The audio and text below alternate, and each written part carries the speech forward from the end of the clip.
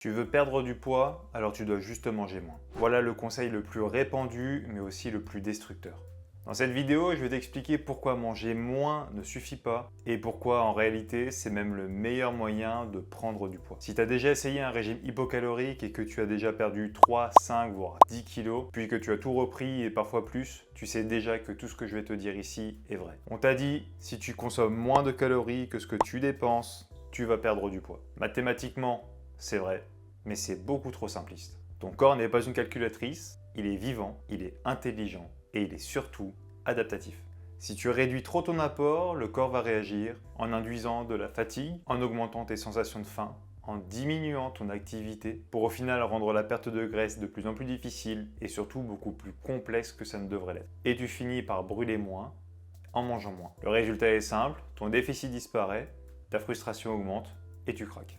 Évidemment, je ne dis pas qu'il ne faut pas être en déficit calorique. Évidemment que pour perdre du poids, il faut passer par un régime hypocalorique dans la plupart des cas. Le problème est que la plupart des régimes hypocaloriques qu'on vous vend sont voués à l'échec. 95% des régimes hypocaloriques sont voués à l'échec s'ils sont pratiqués sur le long terme. Et si tu te demandes pourquoi, la réponse est simple, c'est parce que majoritairement, ils sont faits n'importe comment. Parce que la plupart des régimes hypocaloriques te sont vendus par des programmes tout faits, des programmes minceurs, où on t'envoie ton régime comme ça et que derrière, personne n'est là pour t'expliquer pourquoi et comment bien manger. Tout ce que tu fais, c'est apprendre à suivre bêtement un bout de papier, mais tu n'apprends strictement rien en matière de nutrition et tu finis complètement perdu. Mais faire la guerre à ton corps, ça a un prix. Fatigue, saute d'humeur, perte de masse musculaire, ralentissement du métabolisme, trouble du comportement alimentaire et parfois une prise de poids encore plus importante qu'à l'origine. C'est ce qu'on appelle l'effet rebond ou le régime yo-yo. Le vrai levier, c'est manger mieux, pas manger moins. Parce que ce que tu veux, c'est pas réellement perdre du poids. D'ailleurs, ton poids, je pense que tu t'en fous un peu. Ce que tu veux, c'est perdre du gras. Et pour ce faire, plus tu passeras par des aliments bruts, plus facile ce sera. Mais au-delà de l'alimentation, il y a aussi le facteur stress, le facteur sommeil et surtout l'activité physique. Parce que tu peux avoir la meilleure alimentation du monde, si ton cul reste scotché sur ta chaise toute la journée, que tu dors 5 heures par nuit et que tu es stressé, ton corps ne suivra pas et tu t'en sortiras pas. Commencer à manager ton stress te permettra de diminuer tes niveaux de faim, surtout quand il s'agit de faim émotionnelle, et d'augmenter la qualité de ton sommeil.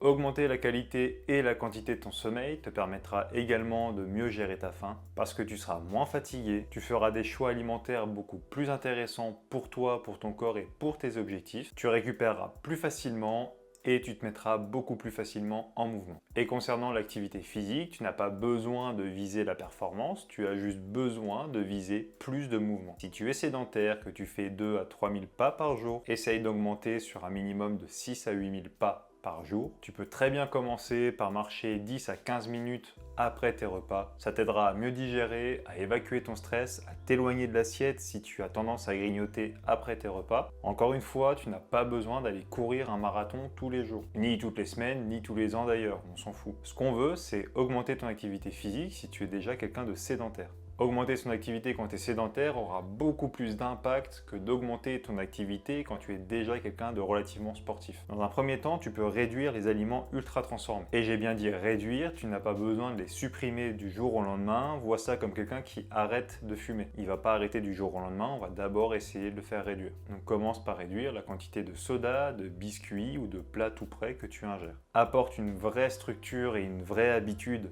alimentaire dans ton quotidien. Tu peux faire 2 à 3 repas par jour avec 1 ou 2 collations selon tes préférences. Attention, une collation n'est pas du grignotage. Une collation est une prise alimentaire qui est maîtrisée. Ce que tu as besoin, c'est d'apporter un cadre clair à ton corps. Ton corps adore les habitudes, donc commence à manger à des heures fixes avec des aliments bruts que tu aimes. De la même manière que tu vas structurer ton quotidien avec tes 2 à 3 repas et ta ou tes collations dans la journée, il faut aussi que tu structures tes assiettes. Et chaque assiette doit comporter ces 3 macronutriments ainsi que des fibres. La première macronutriment, c'est tes protéines, qu'elles soient animales comme de la viande ou du poisson ou végétales comme des légumineuses. Elle doit aussi comporter une portion de glucides parce que non, quand tu veux perdre du poids, tu n'es pas obligé de supprimer les glucides. Par glucides, on entend du riz, des pâtes, des pommes de terre, des fruits, des châtaignes et encore une fois des légumineuses. Il te faut aussi une portion de lipides, ça peut être des avocats, des oléagineux, ça peut être de l'huile.